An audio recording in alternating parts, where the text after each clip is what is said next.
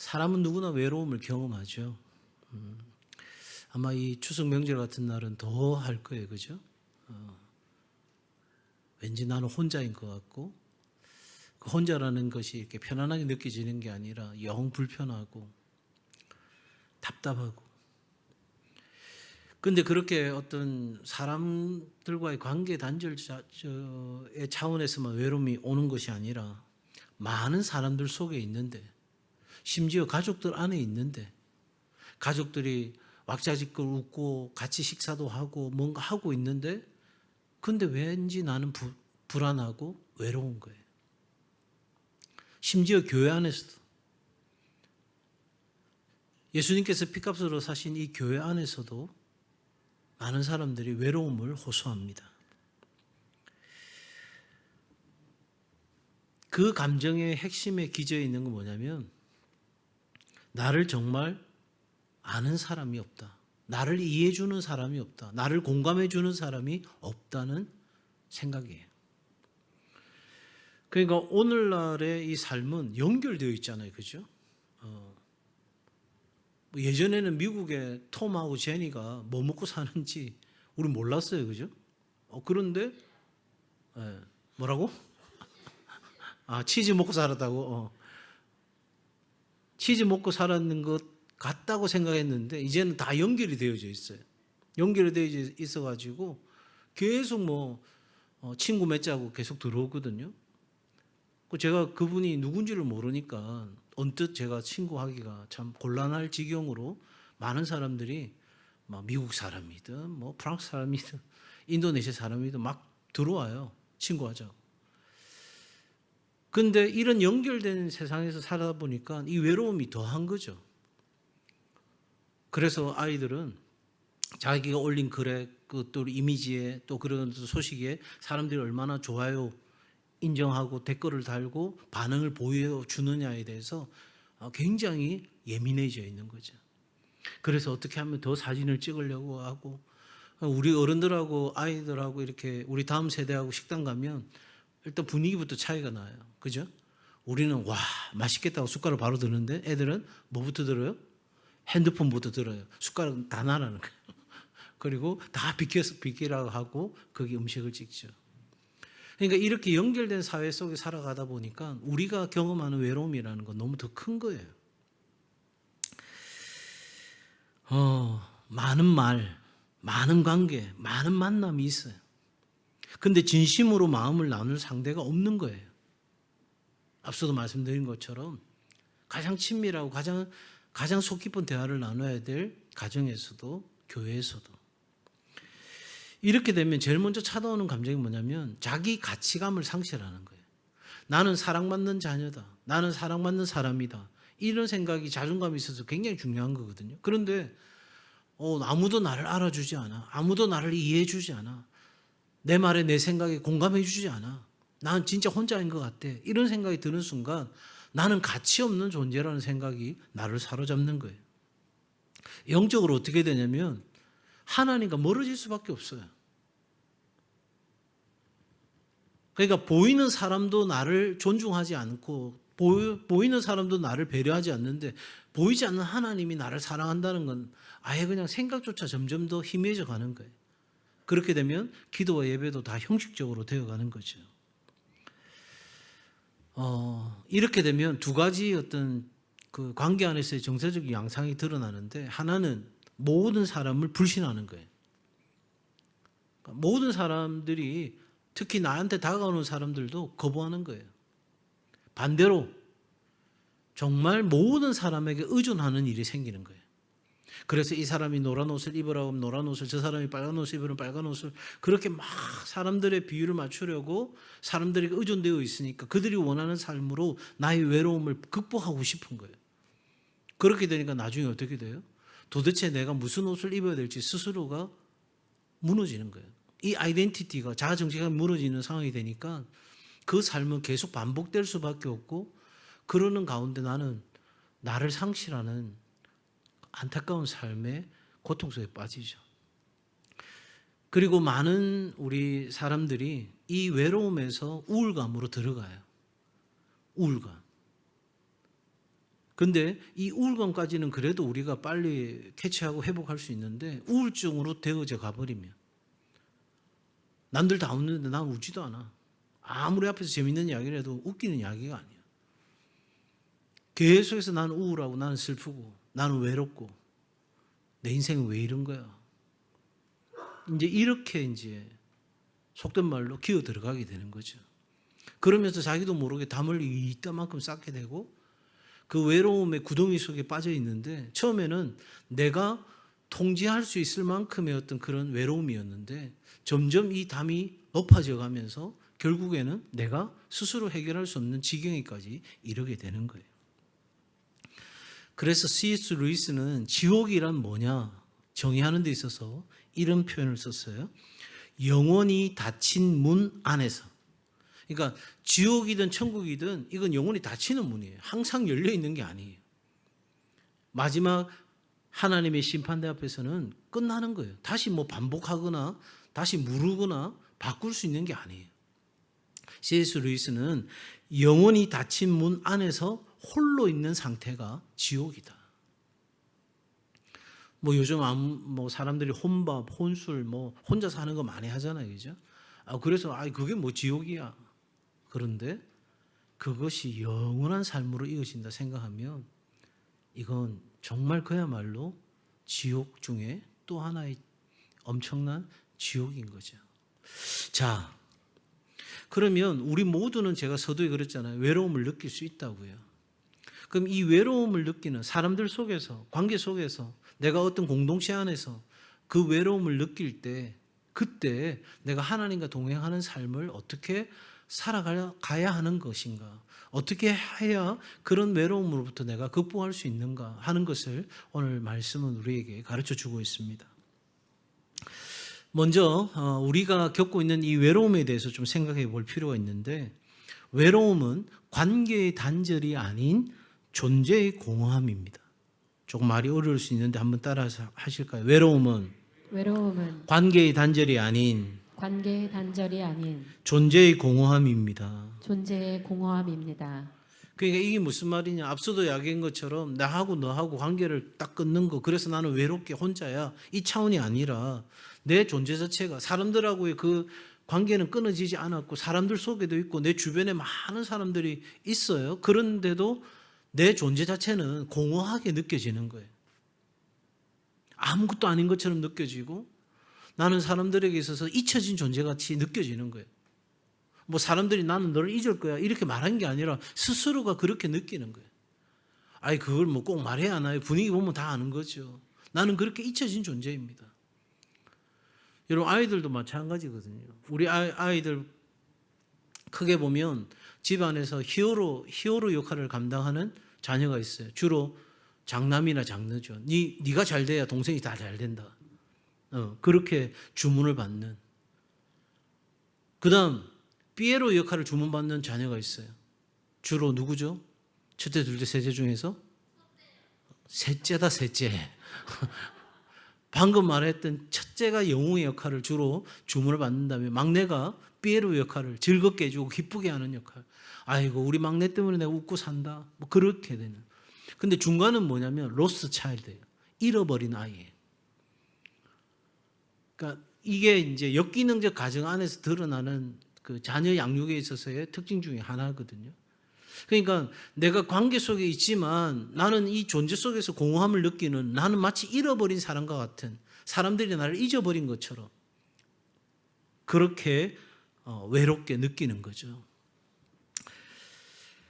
그렇기 때문에 이것은 숫자의 문제가 아니라 내가 얼마나 많은 사람하고 관계를 맺고 있느냐 이 차원의 문제가 아니라 교감의 문제, 서로 교통하고 서로 공감하는. 그래서 이 외로움이라는 것은 한마디로 말하면 결핍의 문제인 거예요. 결핍.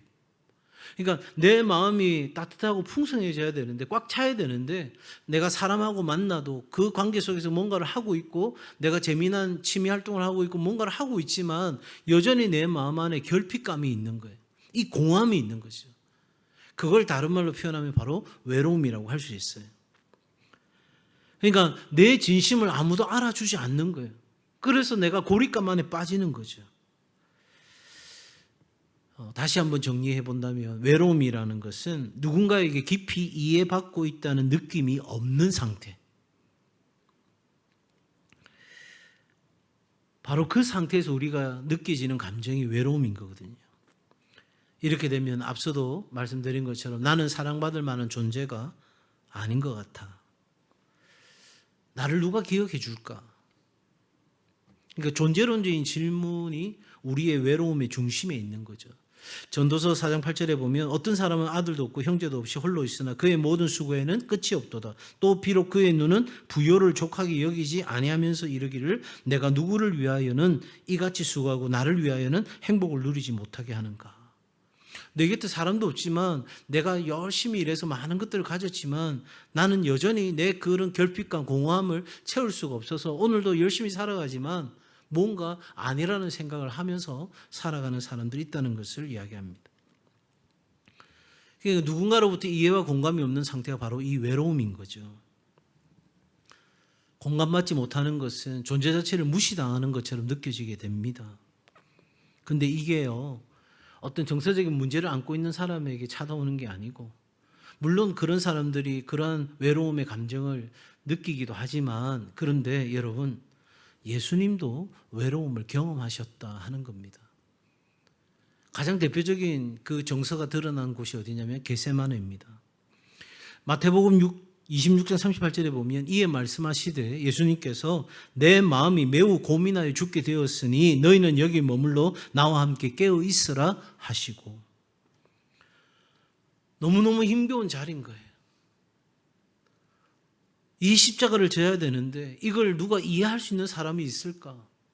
정말 나의 이 고통스러운 삶의 이 도전 앞에서, 사명 앞에서 내가 괴로워하는 이 마음을 누군가가 좀 이해해 줄 수 있을까? 그래도 3년 동안 함께 먹고 자고 말씀을 가르치고 배웠던 이 제자들 중에서도 그래도 이 친구들은 좀 다르지 않을까? 그래서 예수님께서 하신 말씀이 뭐예요? 깨어 있으라. 그냥 단순히 그냥 기도할 때 자면 안 된다, 이런 어떤 충고나 어떤 권면이나 그런 게 아니라 진짜 예수님의 마음을 좀 알아줬으면 좋겠다. 너희가 좀 내 마음을 헤아려 줬으면 좋겠다. 그래서 내가 이 고통스러운 상황에서 뭐가 도움이 되겠어요, 제자들이, 그죠? 예수님께서 십자가를 지는데 제자들이 할 수 있는 역할이 뭐가 있겠어요? 그럼에도 불구하고 그 무거운 십자가 지고 가는 것 이해받고 싶어 하시는 예수님의 마음이 잘 드러나는 말씀이잖아요. 깨어 있으라. 그런데 아무도 예수님 곁에 없었어요. 그 마음을 헤아리는 사람이 없었어요. 그 마음의 중심 안에 있는 아픔을 이해할 수 있는 제자가 없었어요. 이해받지 못하는 외로움 속에서 사명을 지고 가시던 그 예수님은 단순히 그 외로움이라는 감정에 머무시는 것이 아니라 더 한 차원 더 나아가는, 하나님께로 나아가는 삶의 단계를 보여줍니다. 그래서 예수님께서 뭐라고 말씀하시죠? 내 마음에는 이 십자가가 내게 없는 것이 내가 원하는 바나 내 뜻대로 마옵시고 누구의 뜻대로? 아버지의 뜻대로. 거기까지 나아가는 거예요. 자, 어떻게 그러면 우리가 이런 외로움 속에서 예수님처럼 거기까지 갈 수 있을까? 이 부분이 우리에게 너무너무 중요한 부분인 거예요. 외로움을 경험할 때 그냥 이빨 꽉 깨물고 막 견디고 버티고 그냥 그렇게 다 사니까 나도 그렇게 살아야 되는가? 아닙니다. 오늘 성경은 이렇게 이야기합니다. 한번 따라 하십시다. 하나님은 나를 아시고 늘 함께 하십니다. 2절 보세요. 내가 앉고 일어섬을 아시고 멀리서도 나의 생각을 밝히 아시오며. 이 안다는 말은 그냥 지식적인 알미 아니에요. 팔짱 끼고 그냥 저 친구들이 저렇게 하는가 보다, 내 아들 딸들이 저렇게 생각하고 행동하는가 보다, 이 차원이 아니고 속속들이 깊이 마치 모든 것을 알다. 우리가 알다라는 단어 아마 히브리어 단어로 자주 들어보셨을 거예요. 야다라고 하는 단어. 그러니까 정말 친밀하게 모든 것을 아는 관계. 그런 관계 안에서의 체험적 인식을 의미하는 것이 이 안다는 단어예요. 그러니까 우리 하나님은, 나는 이렇게 이야기하는 거예요. 아무도 모른다. 진짜 너무하다. 해도 너무하다. 가족인데 어떻게 이럴 수 있나? 교회 성도인데 어떻게 이럴 수 있나? 막 그런 생각이 우리 안에 막 차다 들어오는데, 그런데 아무도 모른다고 내가 외치는 그 상황 속에서 내 등 뒤에서 누군가가 딱 한마디 하시는데 내가 안다. 누구예요? 하나님이요. 우리의 무심한 습관, 우리의 스쳐 지나가는 생각, 그 모든 것까지도 하나님이 깊이 알고 계신다. 4절 볼까요? 여호와여, 내 혀의 말을 알지 못하시는 것이 하나도 없으시나이다. 그러니까 우리 하나님은 내가 말하는 것 말고 말하지 않는 것까지도 아신다는 거예요. 입술에 올리기 전에 내 생각, 나는 그냥 생각만 했어요.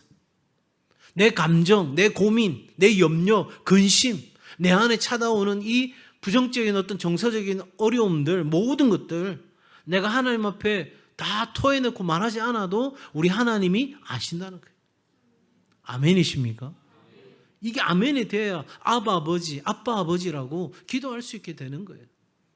우리가 부르짖는 기도가 하나님이 모르시기 때문에 부르짖는 게 아니에요. 하나님이 아시고 하나님이 우리 가운데 역사하시려고 우리를 기도의 자리로 불러주신 거예요. 그러니까 기도는 우리의 일이 아니라 누구의 일이에요? 하나님의 일이에요. 믿으십니까? 그러니까 누가 나로 하여금 기도하게 하신다고요? 하나님이 나로 하여금 기도하게 하시는 거예요. 그 시험을 이기도록, 그 외로움에서 벗어나도록 내게 상급을 주시려고, 그렇게 우리로 하여금 기도의 자리를 하나님 부르시는 거예요.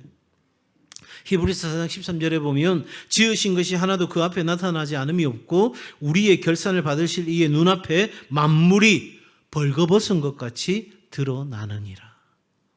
그냥 하나님 앞에 뭘 감출 수 있는 게 없어요. 벌거벗은 몸으로 드러나는 거예요. 하나님, 이건 보지 마세요. 이건 내가 말씀드리기 전까지는 좀 아는 척 하지 마세요. 하나님은 다 아신다는 거죠. 그런데 놀라운 것이 있어요. 그래서 우리 삶에 찾아오는 이 하나님은 우리의 가장 깊은 외로움 속에서도 하나님이 함께 하세요. 그 뒤에 7절부터 쭉 읽어보세요. 내가 주의 영을 떠나 어디로 피할까요? 하늘에 올라가도 스월의 자리를 펼지라도, 빛 가운데 있을 때라도 어두운 가운데 있을 때라도 하나님은 언제나 우리와 뭐 하신다? 함께 하신다. 그러니까 하나님께서 무소부재하시는 하나님의 편재, 좀 어려운 신학적 용어로 이 하나님의 편재에 대한 고백이자 하나님의 관계 속에서 임마누엘의 하나님을 고백하는 거예요. 임마누엘이 뭐죠? 하나님 우리와 함께 하신다. 순간은 내 삶에 누구도 나를 이해해 주지 않아, 누구도 내 마음 몰라줘, 그런 순간이 찾아오는 거예요. 그게 목사든 뭐 장로님이든 집사님이든 권사님이든 처음 믿었든 청년이든 어린아이든 상관없어요. 우리 안에는 바로 그렇게 결핍감이 찾아오고 그 결핍감 안에서의 그 외로움과 공허함이 우리 삶을 짓누르는 순간이 찾아와요. 그런데 그때에 우리가 기억해야 할 것은, 세상은 나를 잊어도, 세상은 나를 공감해 주지 않아도 나와 함께 하시는 하나님이 나를 떠나지 않으신다. 고린도서 7장 6절에 그러나 낙심한 자들을 위로하시는 하나님이, 낙심한 자들을 위로하시는 하나님이 디도가 오므로 우리를 위로하셨으니. 그러니까 하나님이 사람을 보내서 우리를 위로하기도 하시지만 하나님 그 자신이 우리의 위로가 되는 줄로 믿습니다. 그러니 여러분, 외로워요? 혼자입니까? 하나님은 모세에게 이렇게 이야기합니다. 정말 이 짐을 나 혼자 질 수는 없어요. 하나님, 나보고 어떻게 하라는 겁니까? 저 너무 힘들고 어렵습니다. 그때 하나님이 모세에게 나타나셔서 하신 말씀이 있어요. 이 백성의 짐을 너 혼자 지게 하지 아니하리라. 제가 부목사로 사역할 때 이 말씀이 제 안에 얼마나 큰 힘이 되는지 몰라요. 정말 열심히 다해서 한 사람 한 사람 세워서 뭔가 좀 해보려고 하는데 또 무너지고 또 무너지고. 그때 주신 말씀이 이 말씀인 거예요. 그때부터 제 안에 어떤 고백이 되었냐면, 인간적으로 내가 생각하고 기대하는 사람 그거 아니고, 이 일이 하나님 기뻐하시는 일이면 하나님이 붙여주시는 사람이 분명히 있다. 없으면 붙여주실 때까지 나 혼자서라도 죽기 살기로 가는 거다. 그리고 지금까지 살려왔습니다.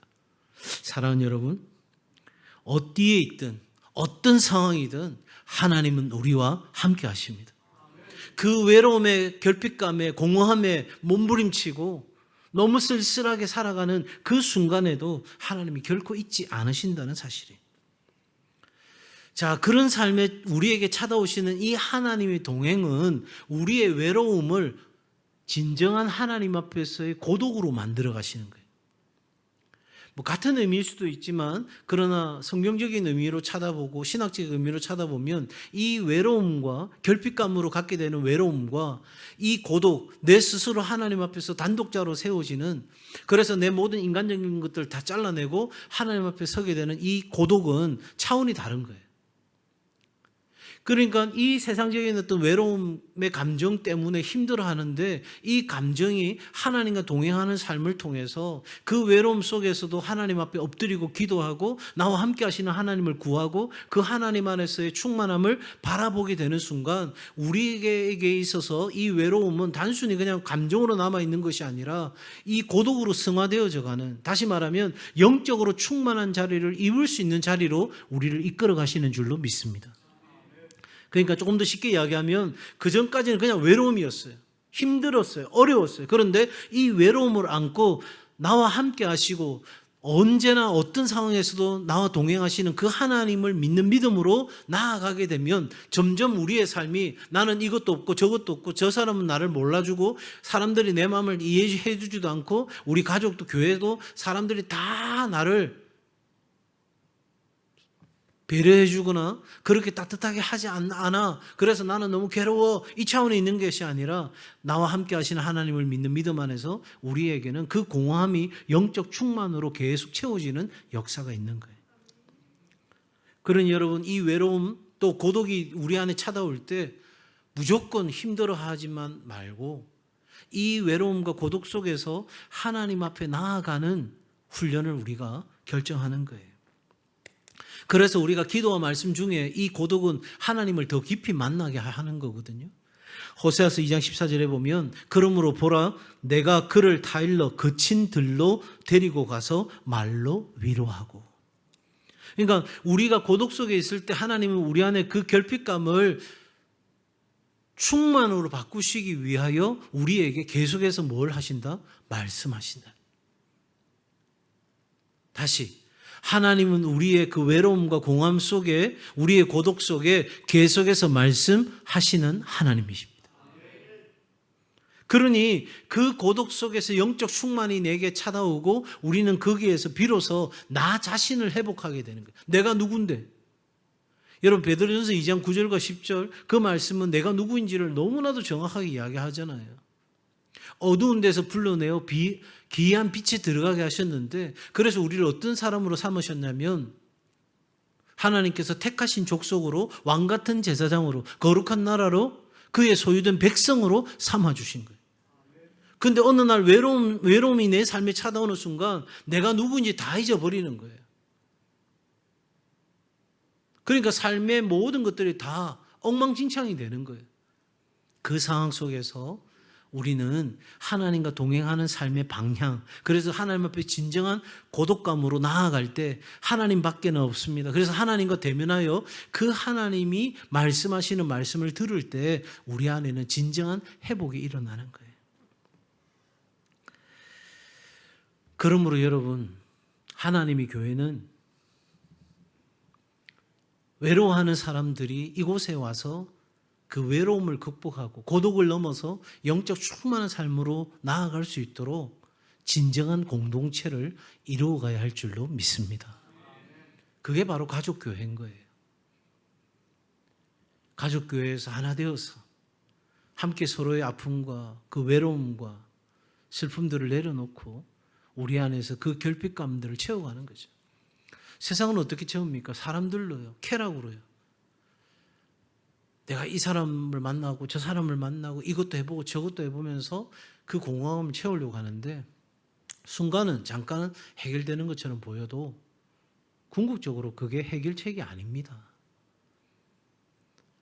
내 안에 올바른 정서적인 기반이 없다면 아무리 뭔가를 더 한다 할지라도 여전히 흔들릴 수밖에 없어요. 그러니 오늘 우리 각자가 상처 입은 사람들입니다.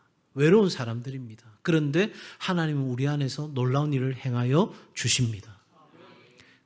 우리가 어떤 상황 가운데 있든 어디로 가든지 하나님은 절대 놓지 않으세요. 하나님은 실수하지 않으시는 거예요. 내가 아차 깜빡했다 그런 거 없어요. 젖먹이는 어미가 그 자식을 잊어버린다도 여러분 그런 일은 없어요. 있을 수가 없죠. 그런데 순간 놓칠 수 있어요. 저도 아이하고 어디 갔다가 순간 놓쳤는데 막 차도로 뛰어다니는 거예요. 그것도 백화점에서 처음에는 쪽팔려가지고 말도 못하고 막 찾는데 도저히 안 보이더라고. 전화! 오, 그 백화점 거층에 있는 사람들 다 저를 쳐다보고. 그게 무슨 중요한 거예요. 내 자식을 찾아야지. 그러니까 저기서 이제 오는 거예요. 지도 울고. 부모는 순간 잃어버릴 수 있어요. 그런데 하나님은 절대 우리를 잃어버리시거나 놓지 않으십니다. 우리의 외로움과 아픔과 그 눈물을 우리 주님 너무나 잘 아십니다. 그리고 우리 예수님도 그 외로움을 겪으셨어요. 이해받지 못하는 그 자리에 계셨어요. 오늘 저와 여러분의 삶에 이 사람들 속에서도 외로움을 겪을 때 불편하고 힘들지만 그것을 하나님께로 가져가서 고독의 자리로 나아가고 그 고독의 자리에서 영적 충만함을 받으면서 우리가 하나님의 치유된 사람이 되어서 회복된 사람이 되어서 다른 외롭고 힘든 이들을 품에 안아줄 수 있는 진정한 공동체를 이루어가는 하나님의 교회가 되기를 주의 이름으로 축복합니다.